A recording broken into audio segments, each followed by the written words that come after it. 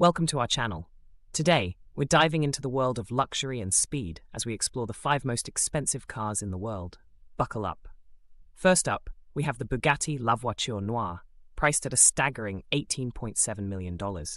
This masterpiece combines elegance with a powerful 8.0-litre quad-turbocharged W16 engine, making it a true marvel of engineering.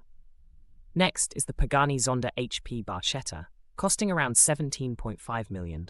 With only 3 units ever made, this car boasts a unique design and an impressive 789 horsepower. Coming in third is the Rolls-Royce Sweptail at $13 million. Tailored to its owner, this bespoke beauty reflects the pinnacle of luxury and craftsmanship. In fourth place, we have the Bugatti Chiron Supersport 300 Plus, priced at $3.9 million. This car not only looks stunning, but also holds the record for the fastest production car. Finally, the Lamborghini Veneno rounds out our list at $4.5 million. With its aggressive design and 740 horsepower, it's built for speed. Which one would you take for a spin? Let us know in the comments.